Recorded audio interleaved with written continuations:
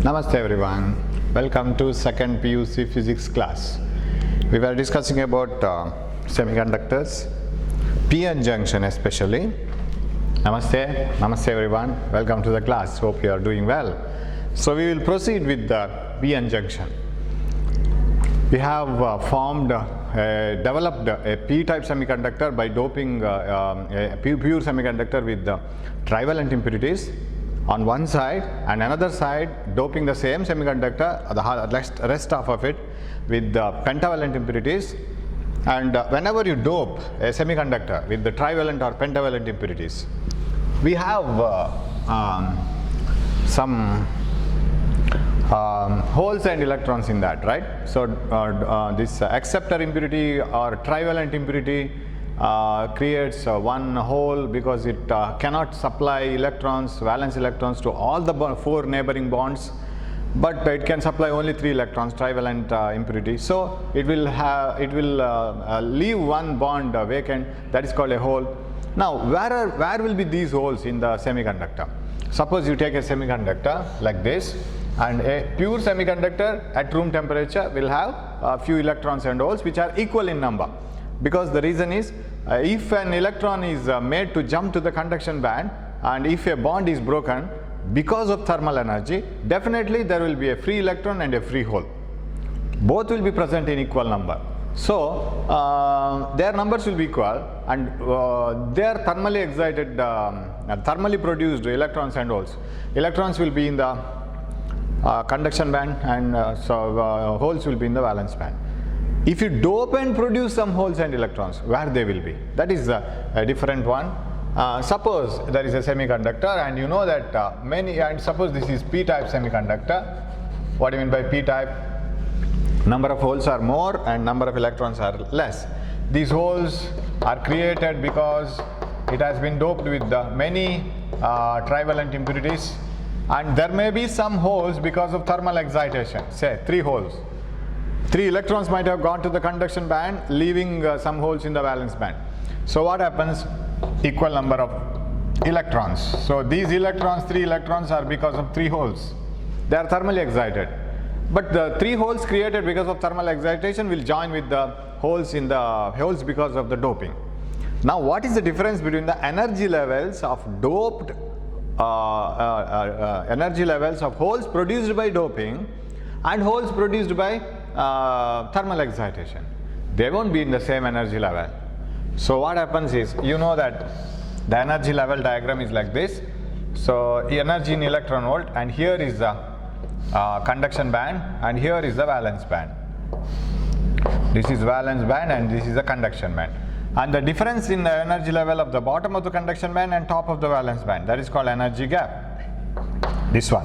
Now, whenever a pure semiconductor is doped with the trivalent impurities, the holes created, the bonds which are left with an electron, that is what you call hole, and that will change its place from one point to another, because other electrons will come and complete that hole, and the hole gets shifted to the other place. Now, where are those holes? Those holes which are formed by doping will not be found in the valence band. The dopant holes, the holes created by the doping atom, they will form their separate energy level, which is just above the valence band, somewhere here. So this energy difference is some 0.01 electron volt. So at an energy level which is just above the valence band, about 0.01 electron volt above the valence band, all the donor holes, that is holes created by the dopant atoms, will have their own energy. So holes of the dopant atom, holes produced by the dopant atoms will have their separate energy level just above the valence band, and this energy level is called donor level. This is called donor level. So if you are asked to find out if you are asked to write what is donor level is the energy level of the holes produced by the dopant atoms just above the valence band. Similarly, if you dope a semiconductor with the pentavalent impurities, you know that many electrons are created, because pentavalent impurities can satisfy all the bonds in the neighborhood, right? For example, phosphorus can satisfy all the bonds, and it will have still one more electron left with, and that becomes free. That is called free electrons. So there will be plenty of free electrons created by the pentavalent phosphorus or antimony or bismuth. But there are electrons which are thermally excited, which have absorbed energy from heat, and they might have gone to the higher energy level. Say they are like this. Then equal number of holes are left behind in the valence band. Now where are these electrons which are created by the pentavalent impurity? Because of the excess of electron for forming the covalent bond, because they have 5 valence electrons. They form a separate energy level just below the conduction band. So if you draw, this is p-type. In a p-type semiconductor, just above the valence band, all the holes created by the donor impurity will be having their energy levels. Their energy is little bit different. Now this is conduction band and this is valence band and conduction band, and electrons which are formed by the dopant atoms, free electrons created by the dopant atoms, they will form an energy level just below the conduction band here. So this is called, this is acceptor level. I have changed the meaning. This is called acceptor level. This is called donor level, because you know that pentavalent impurity is a donor impurity. It donates one free electron, whereas trivalent impurity is an acceptor impurity which is ready to accept an electron. It creates a hole. So boron, indium, gallium, they are all trivalent impurities. They are called acceptor impurities. They go on creating holes which is ready to accept an electron. Whereas pentavalent impurity like phosphorus, antimony, bismuth are all arsenic. They are all pentavalent impurities, and they donate one free electron. That is why they are called donor impurities. So this is donor level, this is acceptor level. Very sorry, this should be an acceptor level. And here also the difference in energy, it is just below 0.01 electron volt. So at an energy level of 0.01 electron volt below the conduction band, these electrons created by the pentavalent atoms will remain. And suppose you supply a small energy, that is what you call external biasing. We have seen it in the previous class. If you connect an external battery, external biasing circuit, these electrons and holes will cross the junction, right? That is how it is explained. Now when you supply the external energy, small external energy is enough. These electrons in the donor level will go to the conduction band, and they can become free electrons.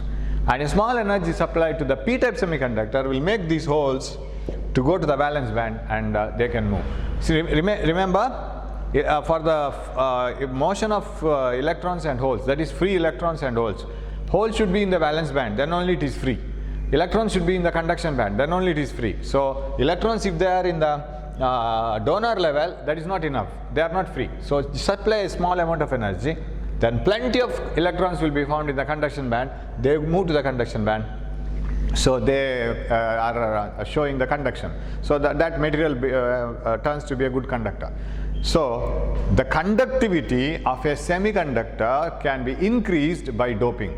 So whether you dope it with pentavalent impurity, whether you dope it with trivalent impurity, whatever it is, charge carriers are either holes or electrons, whatever may be, they start conducting, and the resistance starts decreasing, and conductivity starts increasing. So resistivity can be decreased, conductivity can be increased for a semiconductor by a process called doping. So that creates this donor level and acceptor level. So holes will be found here, electrons will be found here. Small supply of energy will be enough to make them to move to conduction band or valence band, and ready for the conduction. Okay, so this one I have forgotten to explain. Okay, now, so in the p-n junction, what happens? You know, when a p-type semiconductor is developed at one half of the silicon or any semiconductor, so here p-type, all holes except few electrons, because all these holes are not the holes created by the donor impurity, but majority of them are from donor impurity. There may be a few thermally excited holes and equal number of electrons like this. Similarly here, all electrons, this is p type, this is n type electrons here. So electrons can migrate to the p region and join with the holes, and that makes this ion negative ion, because that boron atom has gained one electron. So now it is an excess electron for it. It is already it was neutral. Even with 3 valence electrons, boron was neutral, but now it has become a negative ion. And similarly here, this has lost this phosphorus at the border has lost one electron, so it is positive ion like this. Okay, so that is called depletion layer. A layer of positive and negative ions are developed on either side of the junction, and this happens at the junction. It won't happen here because crossing starts at the border, right? At the border only we have disputes. We don't have disputes at the center of the nation. Only at the borders there will be, because that is the best way where we can fight with. Similarly, here is the region where the exchange takes place. Okay, so there is a barrier potential developed very similar to this one, minus plus. This is for majority carriers. This barrier potential is majority carrier. So barrier potential avoids the further migration of electrons and holes across the junction for the majority carriers. But for minority carriers, they can cross the junction. So movement of majority carriers from one region to another region is called diffusion current. And because of diffusion current, there is a EMF developed here, and that EMF avoids the further migration of electrons and holes, majority carriers. But for minority carriers, this potential itself can make them to flow. So they can cross the junction and they can produce a current, because further migration, because remember, these electrons have been, these ions have been produced by the migration of electrons from here. So these electrons, these ions will not allow the further migration of electrons here, whereas these electrons can bring about the migration of holes, right? They can invite the holes. These ions can invite the holes here.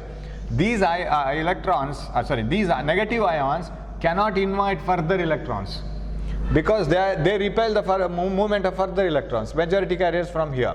But these ions can invite these minority carriers definitely, so they can move across the junction. Similarly, these positive ion created because of the loss of one electron to this side, this cannot allow these holes to move from here to here, but it can allow these electrons to move from here to here.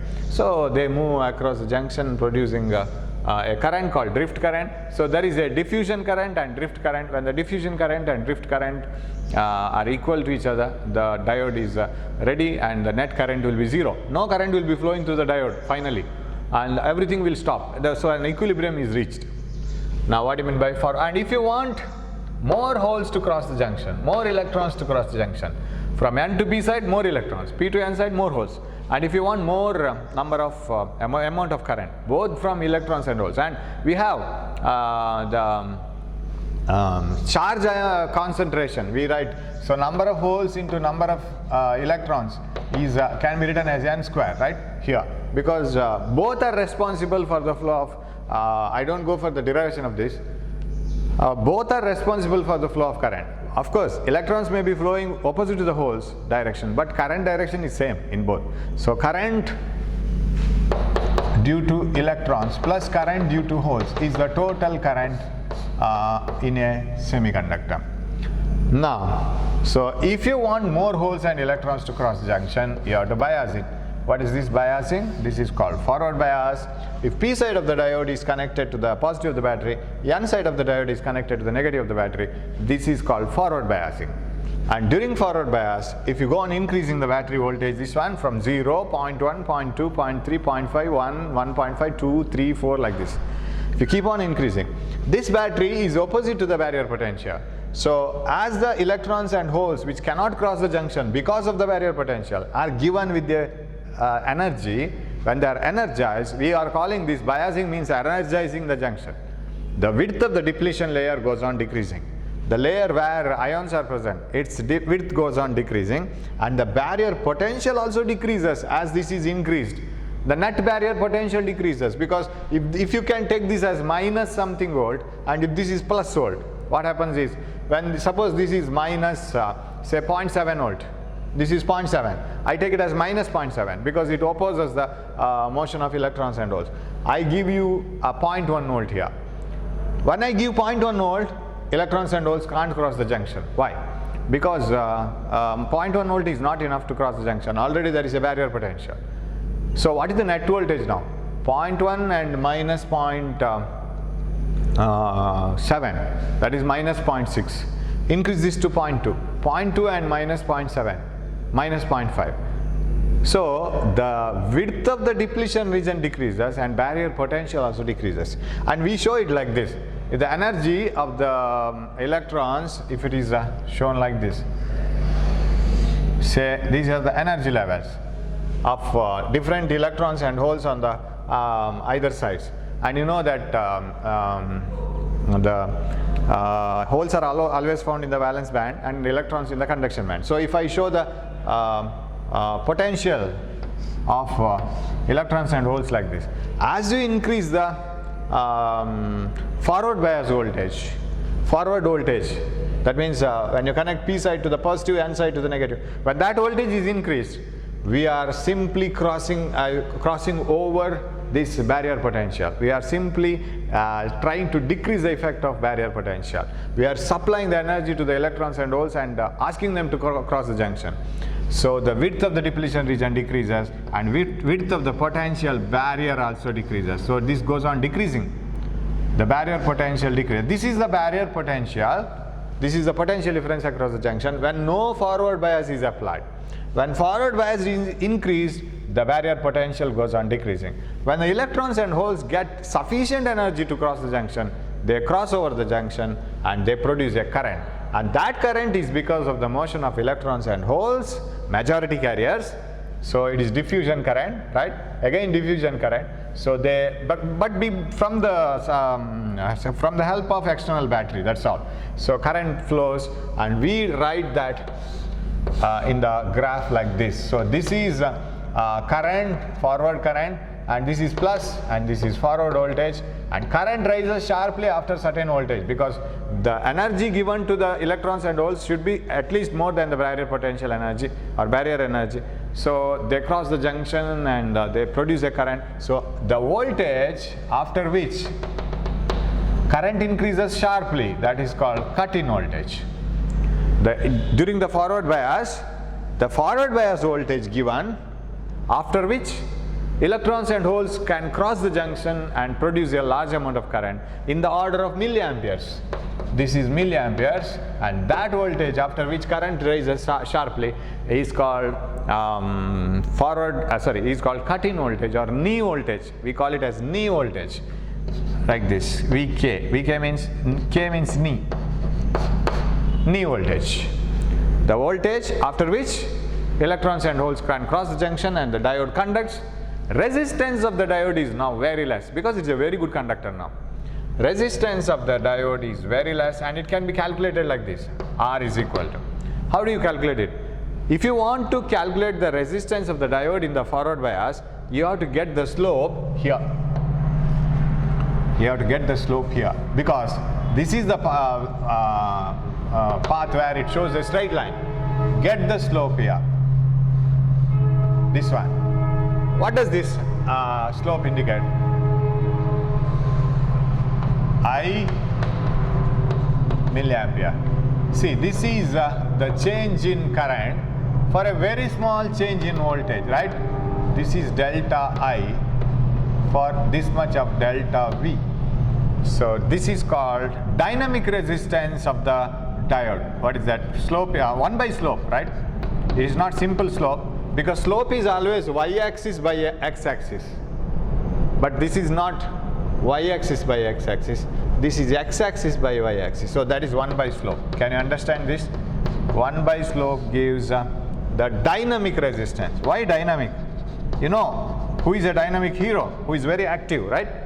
Who is ready at any moment to beat any number of enemies, and he is very active, like mercury. So dynamic resistance means the resistance when the diode is conducting, when it is very active.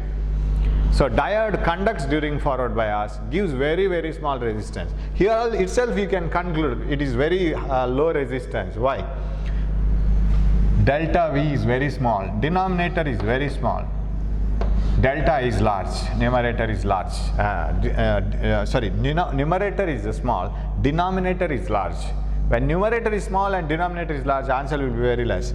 So dynamic resistance of the diode during forward bias is very less, and it acts like a good conductor. Beyond cut-in voltage or knee voltage, electrons and holes cross the junction and you will get a heavy current in the diode in the order of milliamperes. What about reverse bias? Right, what do you mean by reverse bias? Connecting the positive of the P region of the diode to the negative of the battery and N region of the diode to the positive of the battery, that is called reverse bias. Now you see this potential difference is very similar to this one. You are supporting the barrier potential now by giving an external energy. You are not supporting the electrons and holes to cross the junction. You are making them to move away from the junction. So electrons and holes are trying to move away from the junction. This won't create a current because they have to cross the junction and produce the current. And the width of the depletion region goes on increasing. Barrier potential increases. So if the barrier potential in the unbiased junction is shown like this, if this is the barrier potential, junction potential, but when you supply the reverse bias, what happens is the barrier potential after increasing the reverse bias, it will be more. So this is after biasing, this is with no bias, that is this one. This is during forward bias, decreases. So the barrier potential increases during reverse bias, whereas the width of the depletion region increases. So no current is possible in the diode because electrons and holes are expelled from the junction, they are repelled from the junction, but minority carriers can cross the junction. We have seen this in the previous class, right? These minority carriers, this is a very happy moment for minority carriers, because you see for the minority carriers it is forward bias, right? It may be reverse bias for the majority carriers. So they can cross the junction because of this energy. So they produce a current, and that current is very, very, very, very small, in the order of microamperes or nanoamperes. So very small current flows through the diode of the order of nanoamperes. Now you have to choose an axis which is reverse voltage and reverse current. Because this current, you see last time the current is because of the motion of holes from here to here, right? That direction of current is like this, diffusion current. What about reverse current? It is due to minority carriers from here to here, reverse current, right? So you have to go for this one. This is reverse current, reverse voltage, reverse bias voltage. So the graph will be like this. Whatever the, here reverse voltage, here reverse current, I have made a mistake, reverse current. So shall I rub this? Yeah. So here the dynamic resistance is delta V by delta I, which is very, very small. Okay, this is not needed. Okay, total ion concentration N square is not needed now. So during reverse bias, the diode, as we apply more and more junction potential, the minority carriers can cross the junction. Once all the minority carriers cross the junction, then current doesn't depend on voltage. You see here, you get a current, right? I will draw it in a color chalk. You get a current initially, but whatever the voltage you go, current doesn't change. Why? The same current flows. Reason is, once all the minority carriers cross the junction, then if there is nothing to cross the junction, what is the use of increasing the reverse voltage? Current remains steady. But if you make it too much, if the reverse bias is too much, the width of the depletion region will increase. At one moment the depletion region will break. Once the depletion region breaks, lot of electrons and holes and ions will be produced. They become free and they can cross the junction, and lot amount of current flows to the material. It is as if even air is acting like a conductor during lightning, right? Because of the breakage of the bonds and breakage of atoms. So a large current flows to the junction like this. Suddenly there is an increase in the current axis. This is current axis, reverse current. So this voltage after which the current increases suddenly is called breakdown voltage, right? VBR. Reverse breakdown voltage, breakdown. So no diode should be operated in the breakdown voltage. In the sense, this breakdown, there is another type of breakdown. There are certain diodes which can be operated only in the breakdown region. But here this is a very dangerous one. Once the diode goes to the breakdown region, the junction breaks and it cannot be rebuilt. The diode is lost, it is spoiled. So the maximum voltage after which the current increases sharply because of the breakage of bonds, and that voltage is called reverse breakdown voltage.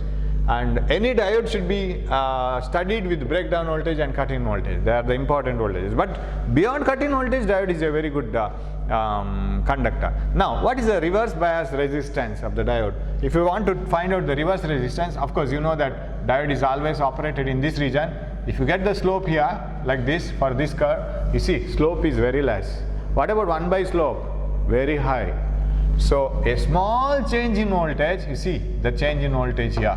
A small change in voltage, a small change in current, here is current. A small change in current or a large change in voltage. So the dynamic resistance in the reverse bias is very high. Small change in the denominator for a large change in the numerator. This is very high.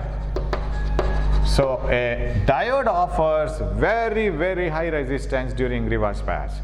Right? If I can show it very clearly here, actually we don't get such a slope. There is no slope for this at all. So it should be little like this, right? This is the breakdown voltage. You get a slope here. This is voltage axis. This is current axis because we get a cut-in voltage here. This is reverse voltage, and this is breakdown voltage. And if you get a slope here, this is delta I, which is very less. Delta V is very large, so R is equal to delta V by delta I, very high resistance. Diode offers a very high resistance during reverse bias. It doesn't conduct. This property of diode is very much useful in future now, or in many of the technical applications. Diode conducts during forward bias, so if you forward bias the diode, no resistance. It can allow the charges to flow through.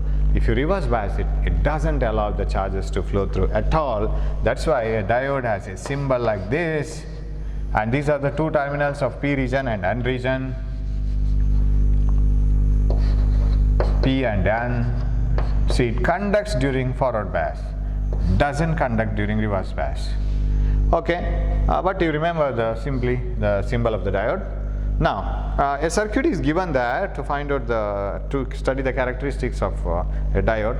Just see that you are going to do the practicals. This definitely will have this practical forward bias and reverse bias. Of course, we are not going for the reverse bias.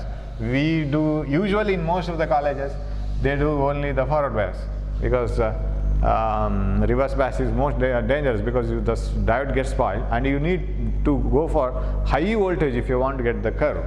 Okay, so the circuits are like this. You see, you have to supply different amount of voltages to the diode if you want to draw the characteristic. If you want to show what is the variation of current and voltage at different values. So this is forward current and this is reverse current. So reverse current, forward current, and this is forward voltage and this is reverse voltage, right? So you have to apply different voltages and find out current, right? So in order to apply different voltages, what do we do is we connect a rheostat. What is a rheostat? We have a rheostat like this. Suppose this is a battery, fixed battery. You connect it to a rheostat like this. Rheostat is an instrument which contains a tube like this, non-conducting tube, on which many wires are connected like this. Wound, not many wires, single wire is wound like this. Say take a PVC pipe, wind a wire over it. You might have seen this instrument kept by the side of the table when you are doing first PUC practicals. Remember, long ago you were doing some first PUC, you were in first PUC classes and you were conducting some of the experiment. So try to remember it, it was long ago. You might have seen this instrument in the first PUC in the laboratory, because when there is no second PUC experiment, usually it will be kept aside. This is a rheostat, and there will be a coil wound over a tubular non-conducting material. Now the two ends are available for connection. There is a armature here which can move. You can move this. It is over a rod. when you move this, what happens? This, so you can use this connection and this connection. Suppose you connect a battery over this, what happens? See, now the current has to flow through only this many turns. Of course, this end is not at all used, so no current can flow out. Current flows through this and flows through the two turns and comes out like this. And if you just move this armature here and connect it here to this turn, current flows through many turns and comes out and completes the path. And if this armature is kept here, so it is over the tube, it will be moving like this, over the tube. So it connects all the wires. Wherever you want the connection, it connects all the wires. Now the current has to flow through many turns and then it has to come out. So you can change the number of turns. When you change the number of turns, current changes because resistance changes. Okay, so that is shown, that coil is shown here like this. See, this battery develops the voltage here. If you want to use that voltage, different voltage, then what you have to do is you have to connect it like this. So here I am going to open this later. Here should be a diode, and what else? Yeah, like this, and here is the voltmeter, plus and minus. Voltmeter should be here, and here should be the diode, and here should be the rheostat. This is the battery which has to be connected, and as I move this armature, this is the symbol of the armature in the circuit. As I move the armature here and there, what happens is the current through this circuit changes, that produces different voltage. Sir, where will you connect the ammeter in order to measure the current? Ammeter is measured, connected here. So microammeter, because milliammeter you are doing for forward bias. Sir, how do you say that this is forward bias now? Very simple. Milliammeter plus minus. You are going to study this when you study current electricity, all these symbols. And okay, P side of the diode, N side of the diode. This is forward bias. You see, positive of the battery, P side, negative of the battery, N side. Correct? Now, how do you connect reverse bias? Okay, go on increasing this. You are increasing the voltage, increasing the current. You get the like this. So if you find it difficult to study this circuit, of course no problem. We are going to study this in detail later. Okay, when you do the practicals, you will clearly understand why should you have an ammeter, why should you have an voltmeter, how they are connected and all. So this is the forward bias voltage, and the resistance is calculated here. This is delta I and this is delta V, and the dynamic resistance is, forward resistance is delta V by delta I, and this is the voltage after which the current rises sharply. This is cut-in voltage. Now how do you go for the reverse bias? So shall I draw the circuit here only? Again you should have a battery, same battery, connect it to the rheostat, two ends.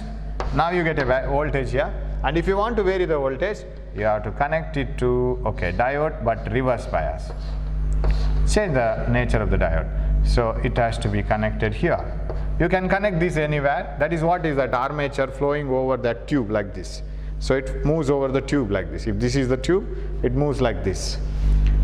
Okay, then this is the N side, P side. And you should have an voltmeter in order to measure the voltage. This is plus, this is plus, this is minus. And the P side of the diode is connected, N side of the diode is connected to the positive of the battery, P side is connected to the negative of the battery. So, and here you should have an ammeter. Now it is microammeter. Why? Because it is reverse bias. Reverse current is due to only minority carriers. It is very less. Reverse current is very less. It is only due to the minority carriers. It is microamperes. Okay. So this is reverse bias circuit. Only the diode is reversed. That's all. So how is the reverse bias graph? Very small current. You see, whatever be the voltage, current is very small because it is only because of minority carriers. But if you try to increase the voltage to a very large value, there is a sharp increase in the current. This is breakdown voltage. So if you are asked to draw the characteristic curve, what do you mean by characteristic curve? What type of characteristic is shown by diode? That is called characteristic curve. So if you are asked to draw the characteristic curve for the diode, it is like this. Okay, forward bias voltage like this, and here if you want to know the reverse resistance, you have to get the slope here, and you have to write delta V by delta I. So all those things, but this part is not very important, but you must know how to do this, because in the practicals it becomes very easy. Now moving forward, okay, diode finds a very good application. You know that diode conducts during forward bias, does not conduct during reverse bias. It doesn't allow any flow of charges. Of course, there is a very small flow, except that there is no flow, and it doesn't allow any current to flow through it in the reverse bias. Its resistance is very high, in the order of mega ohm. Mega ohm means it is very high, 10 to the power 6 ohm. During forward bias, few ohms, 100 ohm, 50 ohm, 20 ohm. So very less ohm during forward bias, very high ohms during the reverse bias. This property of the diode is used in what are called rectifiers. I'll give the introduction, but what are how the rectifiers work, I will see in the next class. What are rectifiers? Rectifiers are the circuits which will convert AC to DC. What do you mean by AC? Alternating current. What do you mean by alternating? Changing the direction. Any current which changes the direction is called alternating current. Suppose you take a battery, go to the shop and purchase a dry cell. Measure the current through the dry cell, or you connect the current, battery to a bulb. Say you connect it to a bulb like this. Bulb glows. Connect a small ammeter here. Measure the current. You draw a graph. Time versus current. You measure the current now. When you purchase it, you measure the current. After coming home, you measure the current by doing the same experiment. You have an ammeter, small ammeter, and tomorrow get up early and measure the current. Before going to sleep, measure the current. You will find that current is same throughout. Current doesn't change with the time. It doesn't even change the direction, right? So the current remains constant with the time, then it is called DC, direct current. Then it is called direct current, DC. If the current changes the direction, how sir? AC. You just observe, but this is very difficult to, if you now, as if in your house it is very difficult to demonstrate. This may be done because this battery doesn't send very large current, it sends a very small current, no problem. But if you observe the AC that is available in your house, you can't observe it so easily. What does it do? It flows in one direction at a moment, and suddenly it changes the direction. Not even changing the direction, it changes the values also. But of course, even if it changes the values but remains in the same direction, we call it as a DC. For example, in this battery, the current is always in from positive to negative. It is like this. This is positive, this is negative. Current is always like this in this battery. Current is only in one direction, no problem at all here. Now suppose current changes. Sir, I get 1 milliampere once, I get 10 milliampere another time, and I get 50 milliampere, 25, 15. Sir, the current is changing, sir, but not changing the direction.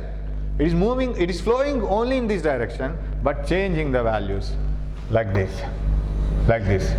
Still it is DC. Because if a current has to be AC, it may change the values, it may fluctuate, but it shouldn't change the direction. But AC, if you see the AC that we get in our home appliance, it changes the direction continuously. How, sir? If it flows once in this direction, another time it flows in this direction. Changes the values also. It is a sinusoidal AC. What do you mean by sinusoidal? The values are varying according to the sine values. How does sine value change? Sine 0, 0. Sine 90, 1. Sine 180, 0. Sine 270, minus 1. Sine 360, 0. Sine 0, 0. Sine 45, 1 by root 2. Sine 91. Sine 180, 0. Sine 270, minus 1, 0. It keeps on fluctuating the values. So sine theta has got positive values as well as negative values, and it increases and decreases like this. This is sinusoidal value. You see this one? Sine value highest here, 0 here, after some time 0 again, but this is negative going minus maximum 0. So since sine theta varies continuously like this, this is AC. Since AC changes the value continuously, similar to the sinusoidal values, we call it a sinusoidal AC. Alternating, because it changes the direction. Once it increases in this direction, becomes maximum, and then becomes 0, then reverses the direction. But you can't check it so easily, because suppose there is a maximum voltage or maximum current something. If it starts from 0, increases maximum, becomes 0, becomes minus maximum and 0, then it is called one cycle. Because one cycle of AC is, it should reach to the highest value, decrease to 0, reverse the direction, increase to the maximum value, decrease to the 0. That is called one cycle of AC. Do you know how many times it occurs like this in a second? 50 times. 50 Hertz. Suppose the value of AC is in terms of voltage, for example, if I say, in terms of voltage, the voltage value of AC is say some about 230 volt. It is not the peak value, it is some value. It is called RMS value, we will study it. If say this is some value, say 10 volt AC. I'll take a 10 volt peak value AC, not our home appliance AC. What do you mean by 10 volt AC? It should start from 0, 1 volt, 2 volt, 3 volt, 4 volt, 5, 6, 7, 8, 9, 10. Then decrease to 9, 8, 6, 5, 4, 3, 2, 0. Minus 1, minus 2, minus 3, minus 10. Minus 9, minus 8, minus 0. Just 0 to plus 10, plus 10 to 0, 0 to minus 10, minus 10 to 0. Such type of variations are done 50 times in a second. In a second, not in a day, in a second. It is done in a second. See, simply to say 0, 1, 2, 3, 4, 5, 6, 7, 8, 9, 10. 9, 8, 4, 9, 8, 7, 6, 5, 4, 3. And minus 1, minus 2, minus 3, minus 4. Minus 10, minus 9, minus 8, so 0. It takes a long time, right? But this does it in a second 50 times. Not even 10 volt. Our home appliance AC goes beyond 220 volt. 0, 1, 2, 3, 4, 5, 50, 100, 150, 0, 220, 230, 240, even more than that. Then 0, minus, plus, minus, 0, 50 times. Such a fast variation. So it goes, the current flows once like this, very next moment like this, like this, like this. It's a fast variation. Now, if I want to convert this AC, which is moving in the opposite direction also, I want the current only in the forward direction, not in the reverse direction. I can use diodes, isn't it? So what is the difference between AC and DC? DC flows only in one direction. AC flows in both the directions.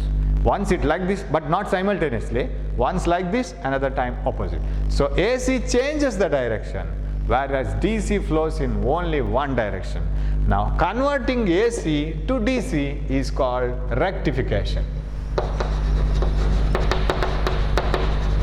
So rectifiers are the circuits or the devices which will convert AC to DC, and the process of converting AC to DC is called rectification, and that is done by diodes, because you know diodes conduct during forward bias, they do not conduct during reverse bias. Reverse current is blocked, only forward current is allowed. So current is only in one direction. So diodes themselves act like rectifiers. And but if you have a single diode or two diodes, you can construct a rectifier. How does it work, and how do we get the DC? Only one directional current. Unidirectional current is called DC. Maybe fluctuating, maybe increasing or decreasing. But you see, for example, if you don't have this half at all, if the current doesn't flow in the reverse direction at all, then it is called